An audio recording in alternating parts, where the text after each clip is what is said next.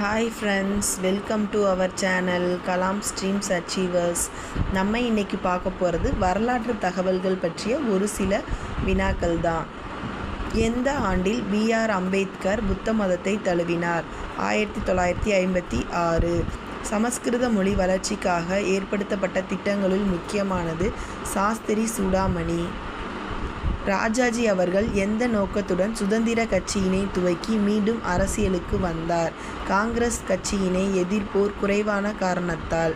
பாபரின் மரணத்திற்கு பிறகு அவரது மூத்த மகனாகிய உமாயூன் டேசாம் ஆண்டு முகலாய மன்னராக பொறுப்பேற்றார்.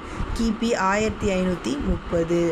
எப்போது ரிப்பன் பிரபு தீர்மானம் ஏற்கப்பட்டது? 1882.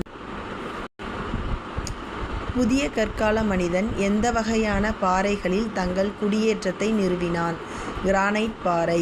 பாம்பே ஜெயஸ்ரீ எதற்கு புகழ் பெற்றார்? இசை. தவறான கூற்றை சுட்டிக்காட்டுக.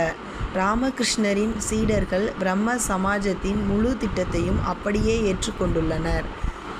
சங்க காலத்தில் தென்னிந்தியாவில் ரோமானியர்களுடன் முக்கிய வர்த்தக உறவுகளையும் அகஸ்டிற்கு கோயிலையும் கட்டிய நகரம்? உசிரி. Thank you. Keep watching our channel.